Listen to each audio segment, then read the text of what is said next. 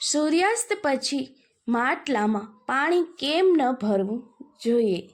જય માતાજી, જય શ્રી કૃષ્ણ. મિત્રો, આજે આપણે જોઈશું કે શા માટે સૂર્યાસ્ત સમયે પાણીયારે રાખેલ માટલામાં પાણી ભરવું ન જોઈએ અને આપના આંગણામાં રહેલ તુલસી, પપૈયાનું ઝાડ, ધનવેલ તથા આ પ્રકારના શુભ અને અશુભ મનાતા છોડ તથા વૃક્ષ સાથે દેવી લક્ષ્મીજીને સીધો સંબંધ હોય તો આ બાબતનું ખાસ ધ્યાન રાખવું અને શાસ્ત્રો અનુસાર દેવી લક્ષ્મીજીને પ્રસન્ન કરવાના ઉપાય કરવા. પરંતુ અજ્ઞાનતાના કારણે અમુક ઘરમાં વાસ્તુશાસ્ત્રના કોઈ જ નિયમોનું પાલન ન કરવાથી તનતોડ મહેનત કરવા છતાં તેમના કાર્યોમાં સફળતા નથી મળતી.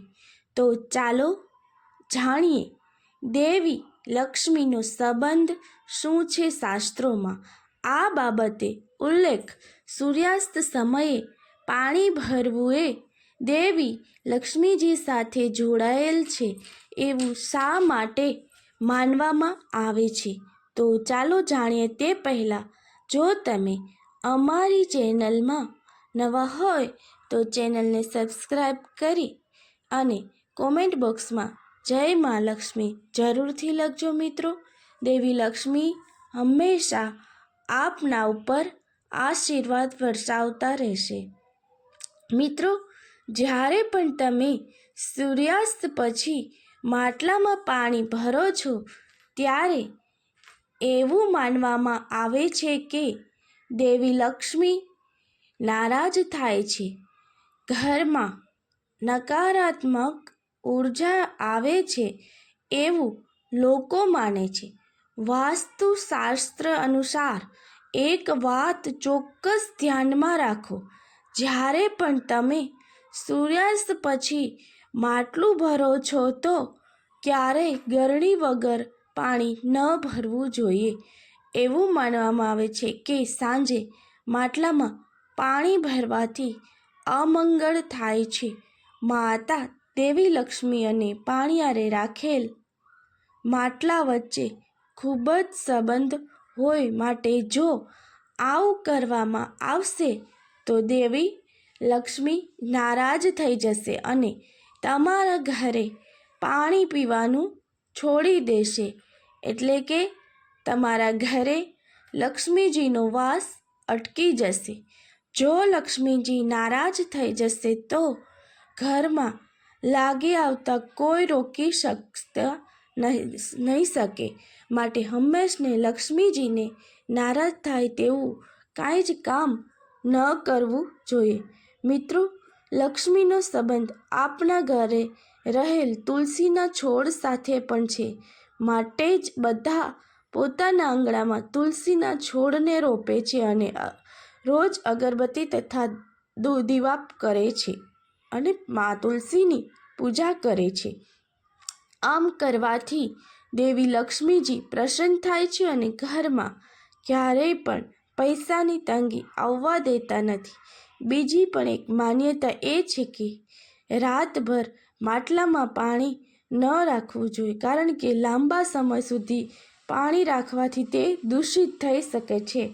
તેમાં બહારની બાજુ શેવાળ જામી શકે છે, જેનાથી ટાઇફોઇડ અને અન્ય રોગો થઈ શકે છે. રાત્રે માટલામાં પાણી રાખવાથી તેમાં જંતુઓ પ્રવેશી શકે છે અને પાણી દૂષિત થઈ શકે છે. રાત્રે પાણી ન ભરવાનું મુખ્ય કારણ એ જ હતું કે પહેલાંના સમયમાં લાઇટ પણ નહોતી અને પાણી ભરતી વખતે જો અંધારામાં કોઈ નાના જંતુઓ અંદર ચાલ્યા જાય તો ખબર ના રહેતી. આના લીધે બીમાર પડવાનો ભય રહેતો હતો. એટલા માટે શાસ્ત્રોમાં રાત્રે માટલામાં પાણી ભરવાની ના પાડે છે. જો કોઈ કારણસર તમારે માટલું ભરવાનું થાય છે તો સવારે વહેલા ઉઠો ત્યારે તે માટલાને યોગ્ય રીતે સાફ કરવું જોઈએ, જેથી કરીને તેની ફરતે જે પણ શેવાળ કે ચીકણો પદાર્થ જામતો હોય તે અટકી શકે. દૂષિત પાણી પીવાથી અનેક રોગો થઈ શકે છે. ઘણા ઘરોમાં રાત્રે માટલામાં પાણી ખુલ્લું રાખવામાં આવે છે, કારણ કે તે ઠંડુ થઈ શકે. જો આમ ન કરવું હોય તો તેને યોગ્ય સુતરાઉ કાપડ વડે ઢાંકવું જોઈએ. દૂષિત પાણી પીવાથી પાચનની સમસ્યાઓ અને અન્ય સ્વાસ્થ્ય સમસ્યાઓ થઈ શકે છે. તેથી રાત્રે વાસણમાં પાણી ન રાખવાની સલાહ આપવામાં આવે છે. મિત્રો, આશા રાખું છું કે તમને આ વિડીયો પસંદ આવ્યો હશે અને શેર કરવાનું ભૂલશો નહીં. જય મા લક્ષ્મી, જય મા તુલસી. મિત્રો, વાસ્તુને લગતા બીજા અનેક વિડીયો જોવા માટે ચેનલને સબસ્ક્રાઈબ કરજો.